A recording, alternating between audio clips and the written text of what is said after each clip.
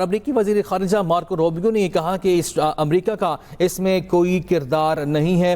Tehran کے رہائشی علاقوں پر بھی حملے کیے گئے جس میں کئی بچوں کی شہادت کی اطلاعات ہیں۔ ایرانی میڈیا کی جانب سے یہ بتایا جا رہا ہے، یہ بھی بتایا گیا کہ شمال مشرقی علاقوں میں اہم تنصیبات کو نشانہ بنایا گیا۔ ایران کے دارالحکومت تہران میں بھی دھماکے ہوئے، شہر میں کئی اہم عمارتیں منہدم ہو گئی ہیں اور آگ کے شعلے بلند ہوتے رہے۔ ایران نے تہران کے امام خمینی ایئرپورٹ پر تمام پروازوں کو معطل کر دیا، جبکہ سینئر ایرانی عہدیدار نے یہ بتایا کہ ایرانی قیادت کا اعلیٰ سیکیورٹی اجلاس جاری ہے اور ملک کا دفاعی جو نظام ہے وہ مکمل طور پر الرٹ ہے۔ ایرانی سپریم لیڈر آیت اللہ خامنائی اجلاس کی صدارت کر رہے ہیں اور کچھ دیر کے بعد وہ اسرائیل کے خلاف جنگ کا اعلان کرنے جا رہے ہیں، جبکہ موجودہ صورتحال کے پیش نظر عراق نے بھی اپنی فضائی حدود بند کر دی ہے اور اسرائیلی وزیر اعظم کی جانب سے یہ کہا گیا کہ ہم اسرائیل کی تاریخ کے فیصلہ کن موڑ پر ہیں۔ ہم نے نتنز اور اس کے علاوہ جو دیگر علاقے ہیں ان میں ایران کے جوہری افسودگی نظام کو ہم نے نشانہ بنایا ہے۔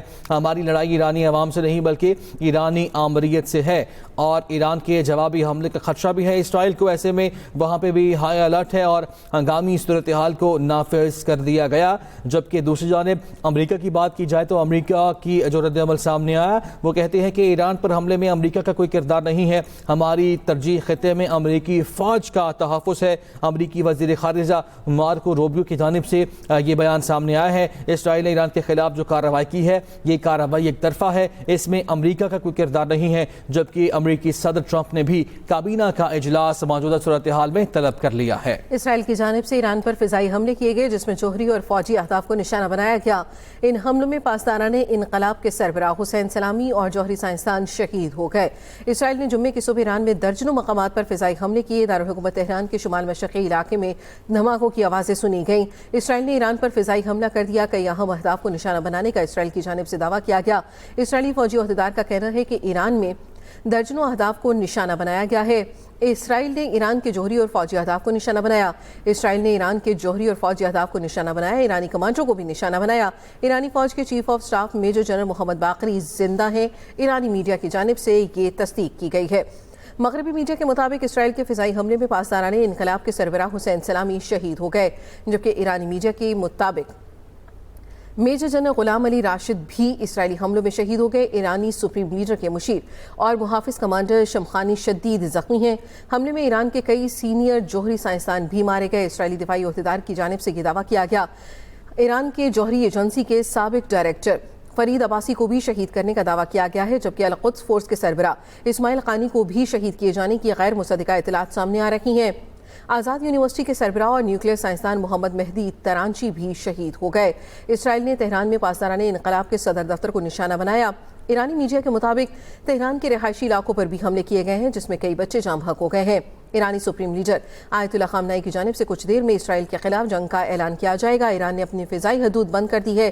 ایرانی میڈیا کے مطابق ایران نے تہران کے امام خمینی ایئرپورٹ پر تمام پروازیں معطل کر دی ہیں۔ تہران میں بھی زوردار دھماکے سنے گئے۔ ایرانی حکام کے مطابق ملک کا فضائی دفاعی نظام مکمل طور پر الرٹ ہے۔ سینئر ایرانی عہدیدار کی جانب سے کہا گیا کہ ایرانی فوج کے chief of staff major general Mohammad Bagheri کی شہادت کی متضاد اطلاعات ہیں۔ ایرانی قیادت کا اعلیٰ سیکیورٹی کا اجلاس بھی اس وقت جاری ہے۔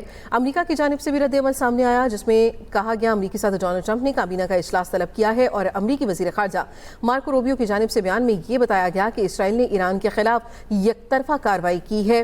اسرائیل کے ایران پر حملے میں امریکہ کا کوئی کردار نہیں ہے۔ اسرائیلی وزیر اعظم نیتن یاہو کی جانب سے یہ کہا گیا کہ ہم اسرائیل کی تاریخ کے فیصلہ کن موڑ پر ہیں، ہماری لڑائی ایرانی عوام سے نہیں ایرانی آمریت سے ہے۔ اسرائیلی حکام کی جانب سے کہا گیا کہ آپریشن ایک روزہ نہیں، جب تک خطرہ ختم نہیں ہوتا یہ آپریشن جاری رہے گا۔ ایران کے جوابی حملے کے خدشے کے پیش نظر اسرائیل میں بھی ہائی الرٹ کر دیا گیا ہے۔ اسرائیل میں ہنگامی حالت نافذ کر دی گئی ہے، شہریوں کو بم شیلٹر کے قریب رہنے کی ہدایات جاری کی گئی ہیں۔ عراق کی جانب سے بھی ملک بھر میں فضائی حدود بند کر دی گئی ہے۔ اسرائیل نے ایران پر فضائی حملہ کر دیا۔ اسرائیلی حملے میں پاسداران انقلاب کے سربراہ حسین سلامی شہید ہو گئے۔ اور موجودہ صورتحال میں یہ بھی اہمیت کی بات ہے کہ اس سے پہلے ہم نے دیکھا کہ جوہری توانائی جو ایجنسی ہے اس کی جانب سے کل ہم نے یہ دیکھا کہ ایران کے خلاف ایک قرارداد منظور کی گئی. یہ ادارہ ہے جوہری توانائی کا اور یورینیم افزودگی کا، جس کا انٹرنیشنل اٹامک انرجی ایجنسی اس کو کہا جاتا ہے. اس نے امریکہ اور یورپی ممالک کی جانب سے ایران کے خلاف جو قرارداد پیش کی گئی تھی کل اس کی منظوری دی. اور اس سے پہلے ہم نے یہ دیکھا کہ اس سے پہلے بھی کبھی جو متعدد قراردادیں پیش کی گئی تھیں اس کو کبھی منظور نہیں کیا گیا. یہ پہلی بار ہوا موجودہ صورتحال میں، اور یقینی طور پر یہ اہمیت کی حامل بات تھی کہ قرارداد کو منظور کرنا، جبکہ دوسری جانب ایران اور امریکہ کے مذاکرات بھی اس حوالے سے جاری تھے اور بڑے یہ سامنے آ رہے تھے تفصیلات کہ شاید یہ مذاکرات جو ہیں وہ کامیاب ہو جائیں. لیکن ہم نے پھر یہ دیکھا کہ